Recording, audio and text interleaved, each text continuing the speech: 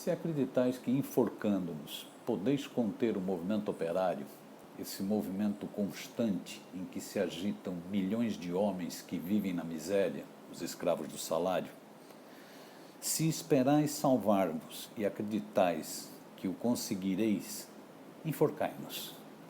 Então vos encontrareis sobre um vulcão, e daqui e de lá, e de baixo e ao lado, de todas as partes surgirá a revolução. É um fogo subterrâneo que mina tudo. Augusto Spies, 31 anos, diretor do jornal Diário dos Trabalhadores. Se tenho que ser enforcado por professar minhas ideias, por meu amor à liberdade, à igualdade e à fraternidade, então nada tenho a objetar. Se a morte é a pena correspondente à nossa ardente paixão pela redenção da espécie humana, então digo bem alto, minha vida está à disposição. Se acreditais que com esse bárbaro veredito aniquilais nossas ideias, estáis muito enganados, pois elas são imortais. Adolf Fischer, 30 anos, jornalista. Em que consiste meu crime? Em ter trabalhado para a implantação de um sistema social no qual seja impossível o fato que, enquanto uns, os donos das máquinas, amontoam milhões, outros caem na degradação e na miséria? Assim como a água e o ar são para todos, também a terra e as invenções dos homens de ciência devem ser utilizadas em benefício de todos.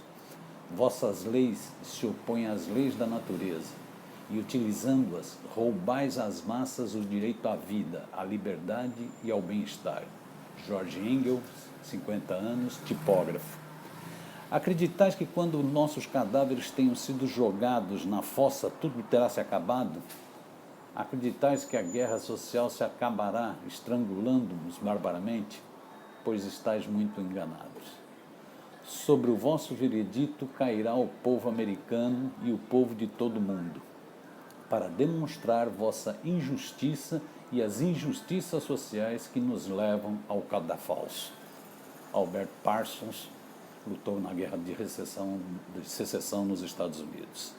As corajosas e veementes palavras destes 4 líderes do jovem movimento operário dos Estados Unidos foram proferidas em 20 de agosto de 1886, pouco após eles ouvirem a sentença do juiz condenando-os à morte. Elas estão na origem do 1º de maio, Dia Internacional dos Trabalhadores. Na atual fase da luta de classes no mundo e no Brasil, em que muitos aderiram à ordem burguesa e perderam qualquer perspectiva de socialismo, vale registrar esse marco histórico e reverenciar a postura classista desses heróis do proletariado. A sua saga serve de referência aos que lutam pela superação da barbárie capitalista. A origem do 1º de maio está vinculada à luta pela redução da jornada de trabalho, bandeira que mantém sua atualidade estratégica. Em meados do século XIX, a jornada média de trabalho nos Estados Unidos era de 15 horas diárias. Contra esse abuso, a classe operária, que se robustecia com o acelerado avanço do capitalismo no país, passou a liderar vários protestos. Em 1827, os carpinteiros da Filadélfia realizaram a primeira greve com esta bandeira, da redução da jornada. Em 1832, ocorre um forte movimento em Boston, que serviu de alerta à burguesia. Já em 1840, o governo aprova o primeiro projeto de redução da jornada de trabalho para os funcionários públicos. Essa vitória parcial impulsionou ainda mais essa luta. A partir de 1850, surgem as vibrantes Ligas das 8 Horas, comandando a campanha em todo o país e obtendo outras conquistas localizadas. Em 1884, a Federação dos Grêmios e Uniões Organizadas dos Estados Unidos e Canadá, futura Federação Americana do Trabalho, a AFL, convoca uma greve nacional para exigir a redução para todos os assalariados, sem distinção de sexo, ofício ou idade. A data escolhida foi 1º de maio de 1886. Maio era o mês da maioria das renovações dos contratos de trabalho nos Estados Unidos. A greve geral superou as expectativas, confirmando que esta bandeira já havia sido incorporada pelo proletariado estadunidense. Segundo o relato de Camilo Taufik, no livro Crônica do 1º de Maio, mais de 5.000 fábricas foram paralisadas e cerca de 340 mil operários saíram às ruas para exigir a redução da jornada. Muitas empresas, sentindo a força do movimento, cederam. 125 mil assalariados obtiveram esse direito no mesmo dia 1º de maio. No mês seguinte, outros 200 mil trabalhadores foram beneficiados. E antes do final do ano, cerca de 1 milhão de trabalhadores nos Estados Unidos já gozavam do direito às 8 horas de trabalho. Mas a batalha não foi nada fácil. Em muitos locais, a burguesia formou milícias armadas, compostas por marginais e ex-presidiários. O bando dos irmãos Pinkerton ficou famoso pelos métodos truculentos utilizados contra os grevistas. O governo federal acionou o exército para reprimir os operários. Já a imprensa burguesa, olha lá, atiçou o confronto.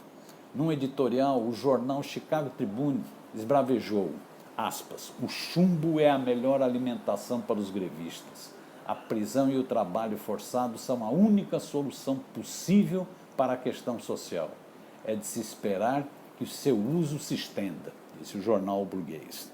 A polarização social atingiu seu ápice em Chicago, um dos polos industriais mais dinâmicos do nascente capitalismo nos Estados Unidos. A greve iniciada em 1º de maio conseguiu a adesão da quase totalidade das fábricas.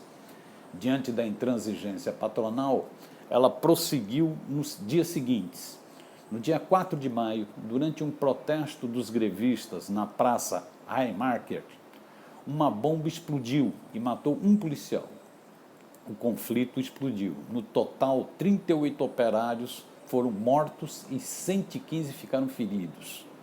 Apesar da origem da bomba nunca ter sido esclarecida, o governo decretou estado de sítio em Chicago, fixando toque de recolher e ocupando militarmente os bairros operários.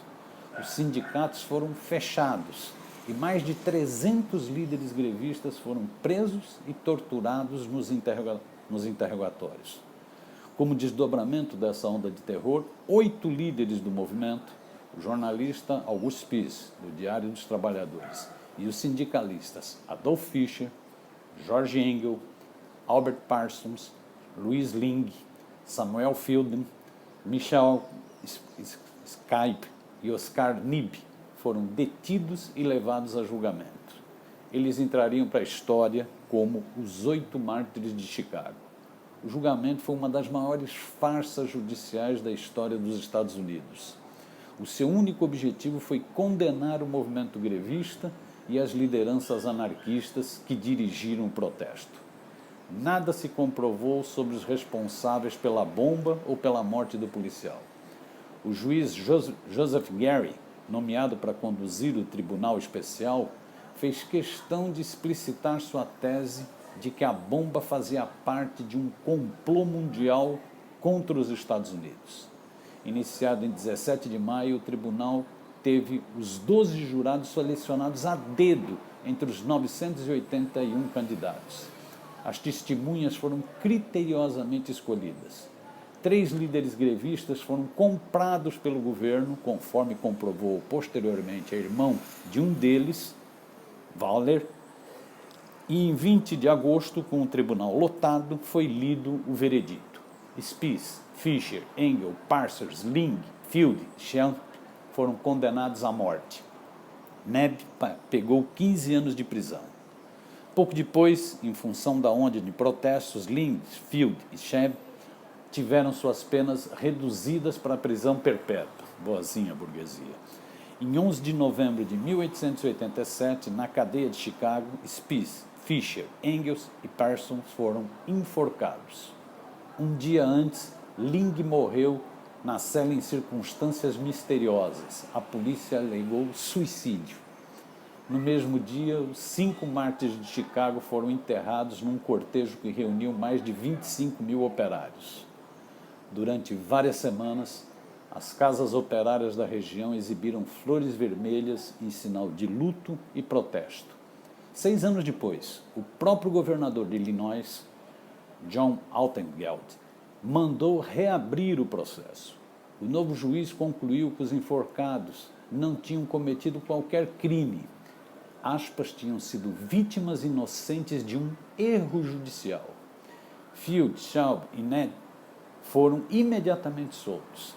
A morte desses líderes operários não tinha sido em vão. Em 1º de maio de 1890, o Congresso dos Estados Unidos regulamentou a jornada de 8 horas diárias. Em homenagem aos seus heróis, em dezembro do mesmo ano, a FL, a Central Sindical, transformou o 1º de maio em Dia Internacional de Luta. Posteriormente, essa Central Sindical, já totalmente corrompida, apagaria a data do seu calendário. Em 1891, a Segunda Internacional dos Trabalhadores, que havia sido fundada 2 anos antes e reunia as organizações operárias e socialistas do mundo inteiro, decidiu em seu congresso de Bruxelas que, no dia 1º de maio, haverá demonstração única para os trabalhadores de todos os países, com caráter de afirmação da luta de classes e da reivindicação das 8 horas de trabalho. A partir desse congresso, que teve a presença de 367 delegados de mais de 20 países, o Dia Internacional dos Trabalhadores passou a ser a principal referência no calendário de todos os que lutam contra a exploração capitalista. Viva o 1º de maio, viva o Dia Internacional dos Trabalhadores.